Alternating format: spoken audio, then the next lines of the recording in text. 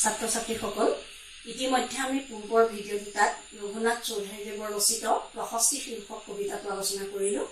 আজি আমি কবিতাটো সন্দৰ্ভত হ'ব পৰা প্ৰশ্ন সম্পৰ্কে আলোচনা কৰোঁ আহাচোন।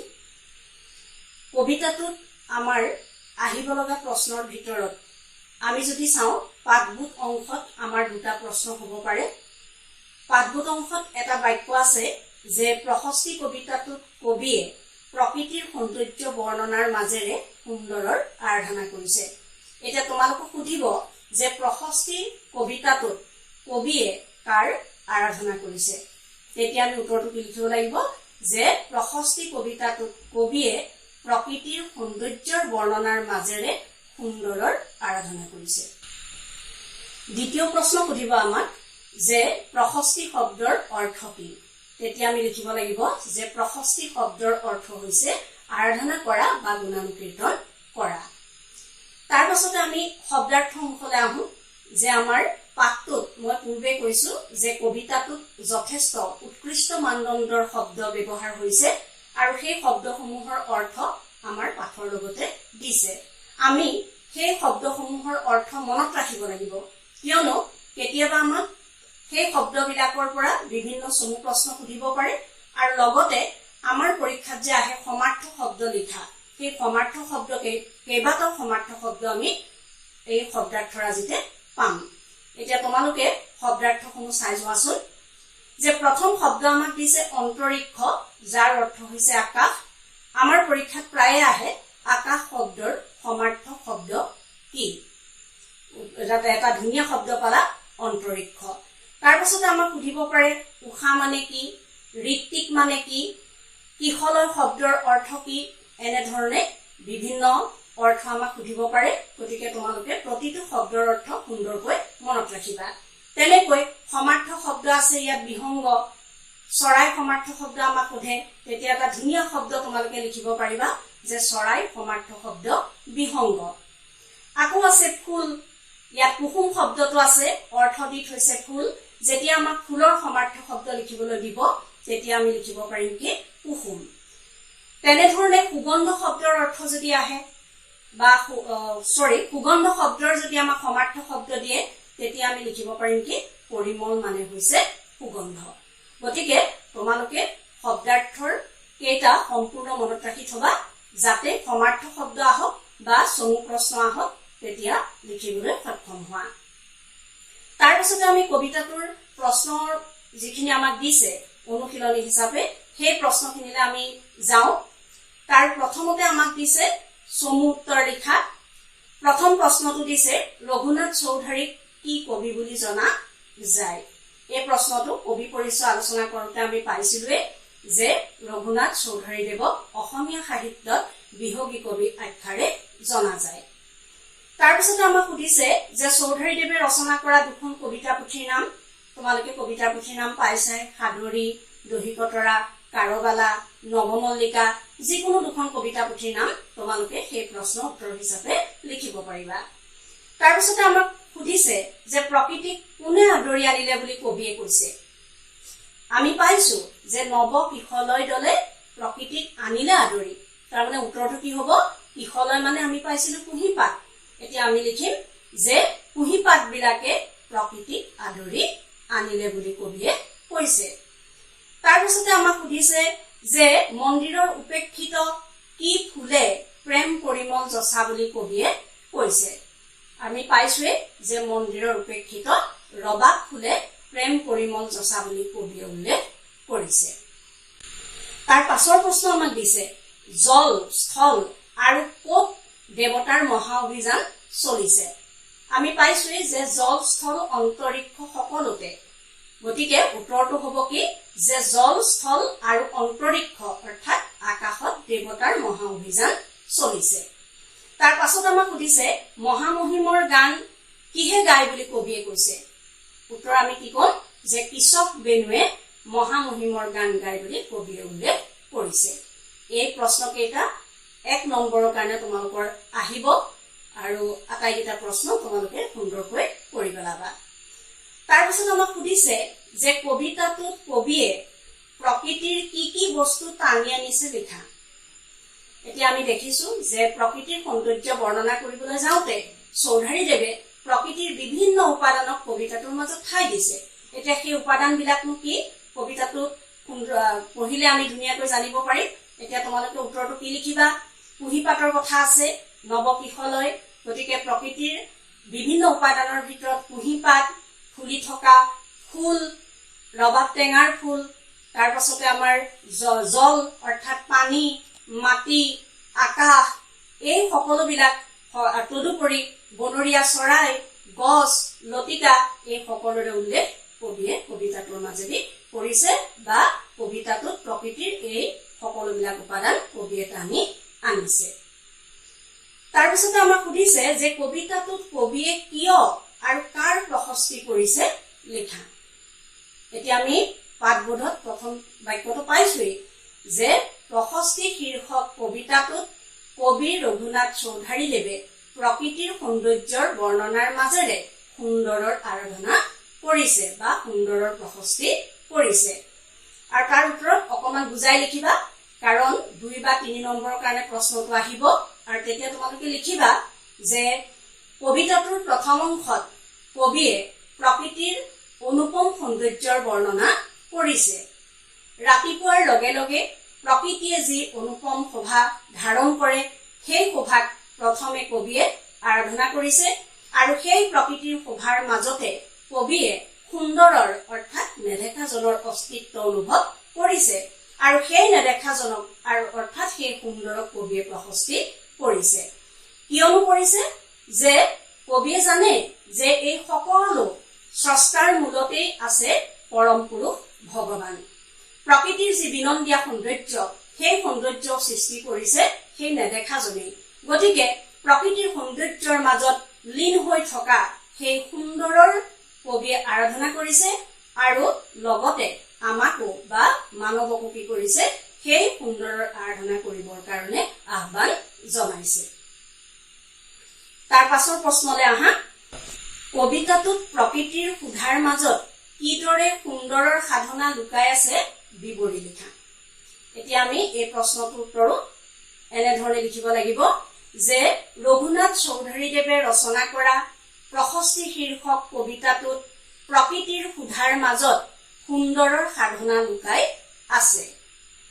কবিয়ে ৰাতিপুৱাৰ লগে লগে প্ৰকৃতিত সৃষ্টি হোৱা সেই অনুপম সৌন্দৰ্যৰ বৰ্ণনা কৰি কবিয়ে কৈছে যে ৰাতিপুৱাৰ সূৰ্যৰ পোহৰে পৃথিৱীখন পোহৰাই তোলাৰ লগে লগে চাৰিওফালৰ পৰা যেন প্ৰকৃতিত সৌন্দৰ্য থোপ খাই পৰিলহি। নতুন কুঁহিপাতবিলাকে প্ৰকৃতিৰ সৌন্দৰ্যক আদৰি আনিলে আৰু বন বিহংগই গছৰ ডালে ডালে গান গাবলৈ ধৰিলে। ফুলি থকা ফুলবিলাকৰ প্ৰাণ আনন্দত মতলীয়া হৈ পৰিল আৰু ৰবাব ফুলকে আদি কৰি বিভিন্ন ফুলৰ সুগন্ধই পৰিৱেশ তথা প্ৰকৃতিক মতলীয়া কৰি তুলিলে। আৰু এই প্ৰকৃতিৰ সুধাৰ মাজতেই কবিয়ে সুন্দৰৰ আৰাধনা কৰিছে আৰু সেই সুন্দৰৰ সাধনা কবিতাটোৰ শেষৰ অংশত বিশেষকৈ প্ৰকাশিত হৈছে। কবিতাটোত কবি উপলব্ধি কৰিছে যে এই সুন্দৰৰ অৰ্থাৎ প্ৰকৃতিৰ এই সৌন্দৰ্যৰ সৃষ্টিৰ মূলতে আছে নেদেখাজন আৰু সেই নেদেখাজনৰ প্ৰশস্তি কৰি কবিয়ে কৈছে যে আমাৰ এই প্ৰকৃতিৰ মাজত যি সৌন্দৰ্য প্ৰতিভাত হৈছে সেই সৌন্দৰ্যৰ স্ৰষ্টা হৈছে পৰম পুৰুষ ভগৱান আৰু সেই পৰম পুৰুষ ভগৱানেই আমাক সকলোকে মুক্তি প্ৰদান কৰে। মোহৰ তন্দাত অৰ্থাৎ মায়ামোহৰ টোপনিত বা মায়ামোহৰ জালত মগ্ন হৈ থকা মুক্তি যাত্ৰী প্ৰত্যেকজন মানৱক কবিয়ে সেই সুন্দৰৰ আৰাধনা কৰিবলৈ আহ্বান জনাইছে। কবিয়ে উল্লেখ কৰিছে যে সমগ্ৰ প্ৰকৃতিৰ মাজত বা সমগ্ৰ জগতত সেই সুন্দৰৰে গুণগান প্ৰতিভাত হৈ আছে। আনকি কৃষক বেনেও অনাহত ছন্দত অৰ্থাৎ অপ্ৰতিৰোধ ছন্দতেই সেই মহামহিমৰ গান গাই আছে আৰু এই সকলোৰে মাজত আমি সেই সুন্দৰৰ অস্তিত্ব অনুভৱ কৰি আমি প্ৰত্যেকেই সেই সুন্দৰক ভক্তি কৰা উচিত আৰু তেওঁৰ ৰূপ ধ্যান কৰা উচিত। এনেদৰে কবিতাটোৰ প্ৰকৃতিৰ সুধাৰ মাজত সুন্দৰৰ সাধনা কবিয়ে সুন্দৰকৈ উপস্থাপিত কৰিছে। তাৰ পাছৰ প্ৰশ্ন আমাক দিছে যে প্ৰশস্তি কবিতাটোৰ মূল ভাৱ। মই কবিতাটোৰ মূল ভাৱটো তোমালোকৰ সুবিধাৰ্থে লিখি দিছো আৰু মই ভাবিছো যে কবিতাটোৰ মূল ভাৱটো পঢ়াৰ লগে লগে তোমালোকে কবিতাটোৰ সম্পৰ্কীয় বিভিন্ন প্ৰশ্ন উত্তৰ কৰিবলৈ সক্ষম হবা। এতিয়া কবিতাটোৰ মূল ভাৱ চোৱাচোন যে প্ৰশস্তি কবিতাৰ মূল ভাৱ লিখা। অসমীয়া সাহিত্যত বিহগী কবি আখ্যাৰে বিভূষিত কবি ৰঘুনাথ চৌধুৰীদেৱে ৰচনা কৰা প্ৰশস্তি শীৰ্ষক কবিতাটি প্ৰকৃতিৰ বিনন্দীয়া ৰূপ প্ৰকাশক আৰু ঈশ্বৰ ভক্তিৰ মহিমা প্ৰকাশক এটি সুন্দৰ কবিতা। কবিতাটিত কবিয়ে প্ৰকৃতিৰ সৌন্দৰ্য বৰ্ণনাৰ মাজেৰে চিৰ সুন্দৰৰ আৰাধনা কৰিছে। এটি সুন্দৰ হোৱাৰ বৰ্ণনা দি কবিয়ে কৈছে, অৰুণোদয়ৰ লগে লগে গছে বনে প্ৰকৃতিক সজাই তুলিছে। চৌদিশে ফুলি থকা ফুলবিলাকৰ প্ৰাণ আনন্দৰে ভৰি পৰিছে। গছৰ ডালে ডালে বনৰীয়া চৰাই সুমধুৰ কাকলিৰে দশোদিশ মুখৰিত কৰিছে। কবিৰ অনুভৱ, এনে মোহনীয় পৰিৱেশত জল, স্থল, আকাশ সকলোতে যেন দেৱতাইহে বিচৰণ কৰিছে। প্ৰকৃতিৰ সৌন্দৰ্য বৰ্ণনাৰ মাজতে কবিয়ে পৰমজনৰ অস্তিত্ব অনুভৱ কৰিছে আৰু মানৱক অমৃতৰ সন্তান বুলি সম্বোধন কৰি এই সুন্দৰ ৰূপ ধ্যান কৰিবলৈ আহ্বান জনাইছে। কবিয়ে কৈছে যে কালৰাত্ৰিৰ শেষত যিদৰে পুৱাৰ পোহৰে পৃথিৱী ৰঙীন কৰে, ঠিক তেনেদৰে মোহৰ জালত টোপনি গৈ থকা মুক্তিকামী মানৱক নেদেখাজনৰ ধ্যানে মুক্তিৰ পোহৰ দেখুৱায়। কৃষক বেনুৱে বতাহত যিজন মহামহিমৰ মহিমা নিৰৱচ্ছিন্নভাৱে গাই আছে, সেই সুন্দৰক অৰ্থাৎ ভগৱানৰ ৰূপ ধ্যান কৰিবলৈ কবিয়ে সকলোকে আহ্বান জনাইছে। কবিতাটোৰ মূল ভাৱটো এইটো আৰু তোমালোকে বহীত মূল ভাৱটো লিপিবদ্ধ কৰিবা আৰু মূল ভাৱটোৰ পৰাই কবিতাটোৰ সন্দৰ্ভত হ'ব পৰা প্ৰশ্নসমূহৰ উত্তৰ কৰিবলৈ যত্ন কৰিবা। ইয়াৰ পাছৰ প্ৰশ্নটো আছে যে উঠাহে ঋত্বিক ধ্যানী অমৃতৰ পুত্ৰ, উঠা যত মুক্তি পথ যাত্ৰী। কবিয়ে কিয় এনেদৰে আহ্বান জনাইছে বুজাই লিখা। এই প্ৰশ্নটোৰ উত্তৰত আমি লিখিব লাগিব যে কবিয়ে আমাক সকলোকে উঠা হে ঋত্বিক ধ্যানী অমৃতৰ পুত্ৰ, উঠা যত মুক্তি পথ যাত্ৰী বুলি আহ্বান জনাইছে।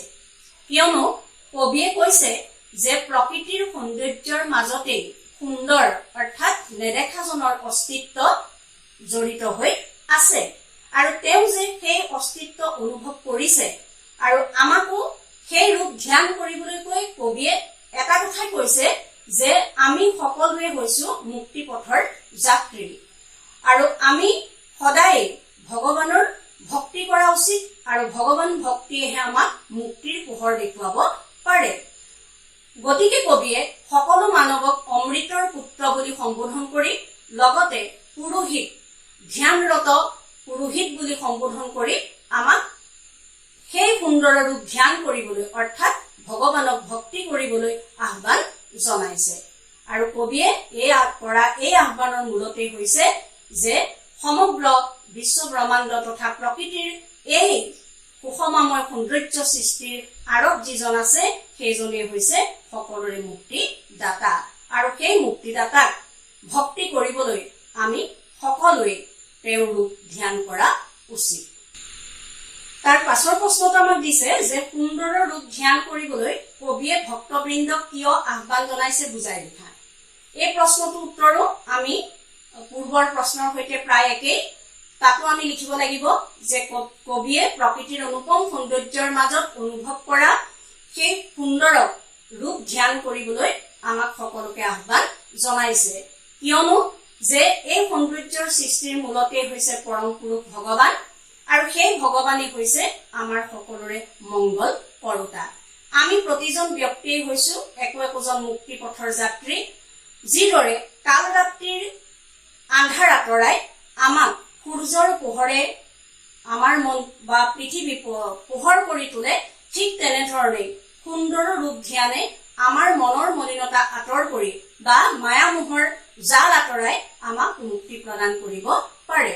আৰু কবিয়ে সেয়েহে ভক্তবৃন্দ অৰ্থাৎ প্ৰত্যেকজন মানৱকেই ভগৱানৰ বা সেই সুন্দৰৰ ভক্ত বুলি অনুভৱ কৰি তেওঁ সুন্দৰক আৰাধনা কৰিবৰ বাবে আহ্বান জনাইছে। ইয়াৰ পাছত আমাক ব্যাখ্যা কৰিবলৈ দিছে, 3টা স্তৱক আমাক ব্যাখ্যা কৰিবলৈ দিছে।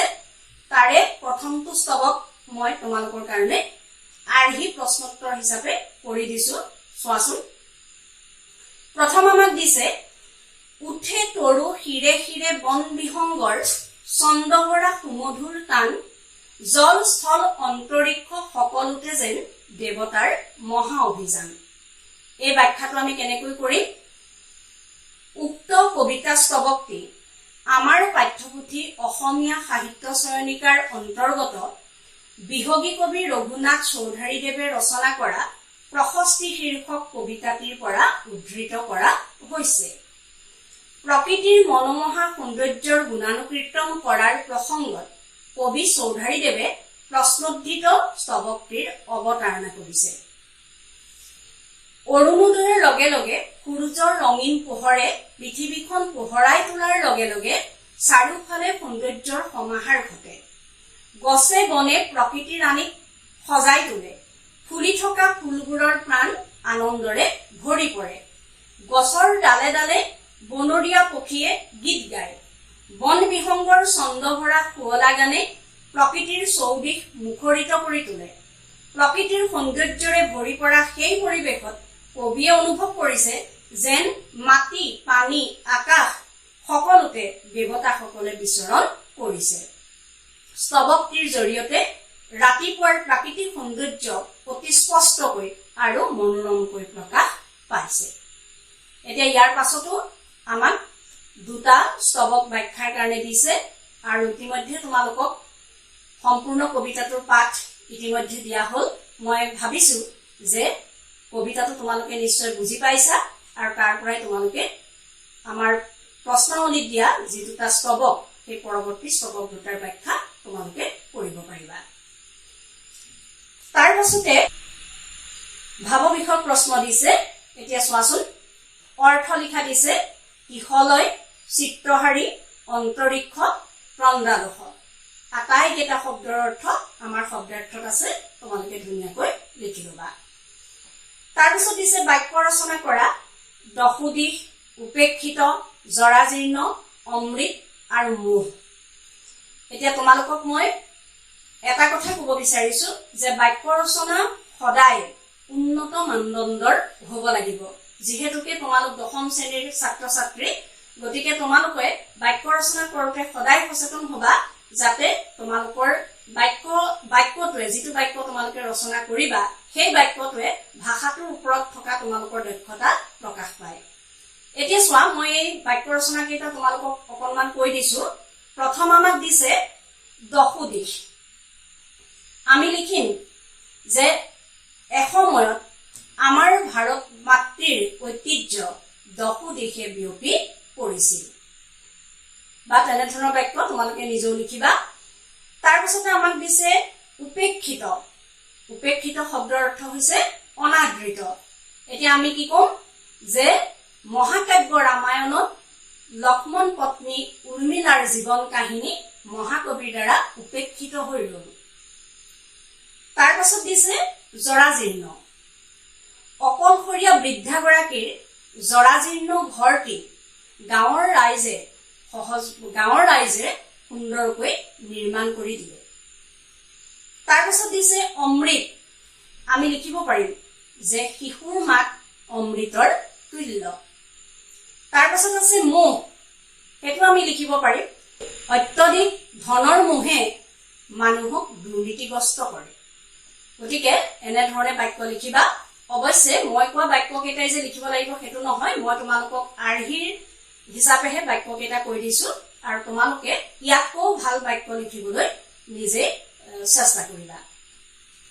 তাৰপিছতে আমাক সমাৰ্থ শব্দ দিছে তৰু।